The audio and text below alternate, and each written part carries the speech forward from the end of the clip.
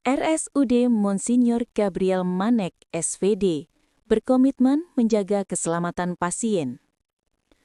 Salah satu fokus utama kami adalah pencegahan resiko jatuh. Perkenalkan saya, Dr. Katarina Nenobais. Saya akan menyampaikan langkah-langkah penting untuk melindungi pasien dari insiden jatuh. Risiko jatuh adalah kejadian yang hampir terjadi atau nyaris menimpa pasien di lingkungan rumah sakit yang dapat terjadi pada pasien yang sedang istirahat atau sedang terjaga. Jatuh dapat terjadi kapan saja, terutama pada pasien dengan kondisi lemah, lansia, pasien anak-anak, atau setelah melakukan tindakan operasi. Terdapat dua faktor penyebab risiko jatuh, yakni faktor intrinsik dan faktor ekstrinsik. Faktor intrinsik seperti usia, riwayat jatuh sebelumnya, dan riwayat penyakit sebelumnya. Riwayat penggunaan obat-obatan yang memiliki efek samping seperti menyebabkan pusing atau sempoyongan juga adalah faktor intrinsik. Sedangkan faktor ekstrinsik disebabkan oleh lingkungan sekitar pasien seperti lantai licin, kondisi ruangan yang gelap, dan keterbatasan gerak pasien. Demi menjaga keselamatan pasien, semua pasien baru di rumah sakit wajib dilakukan penilaian dasar dan dilakukan asesmen risiko jatuh sesuai standar protokol oleh petugas medis.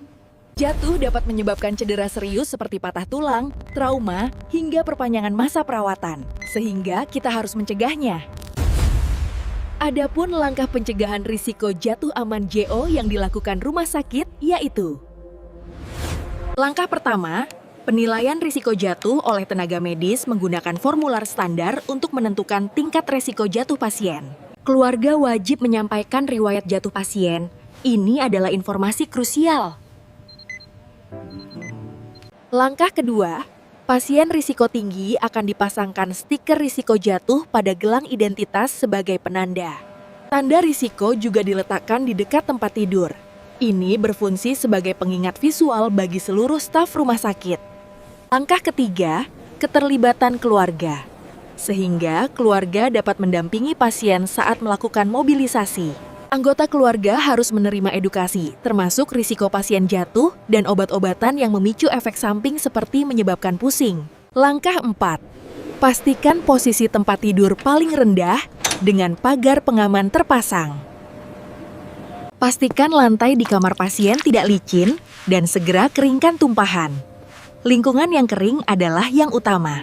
Pencahayaan kamar juga harus selalu cukup, terutama di malam hari.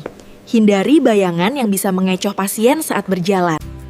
Selain itu, bel panggil harus selalu diletakkan di dekat pasien agar mereka dapat segera meminta bantuan. Ringkasan, penilaian risiko, penandaan, edukasi keluarga, dan lingkungan aman. Keempat langkah ini adalah kunci keselamatan. Dengan kerjasama dan perhatian ini, kita menciptakan lingkungan yang mendukung pemulihan pasien secara optimal. Dengan langkah kecil penuh perhatian, kita bisa mencegah insiden jatuh dan menjaga pasien tetap aman dan nyaman. Mari bersama-sama melakukan pencegahan risiko jatuh. Sebab, langkah kecil memiliki dampak besar. Apabila ada masalah seputar pencegahan risiko jatuh, Anda dapat berkonsultasi langsung dengan tim medis di rumah sakit. Demikian video kali ini, salam sehat dari RSUD Monsinyur Gabriel Manek, SVD Atambua.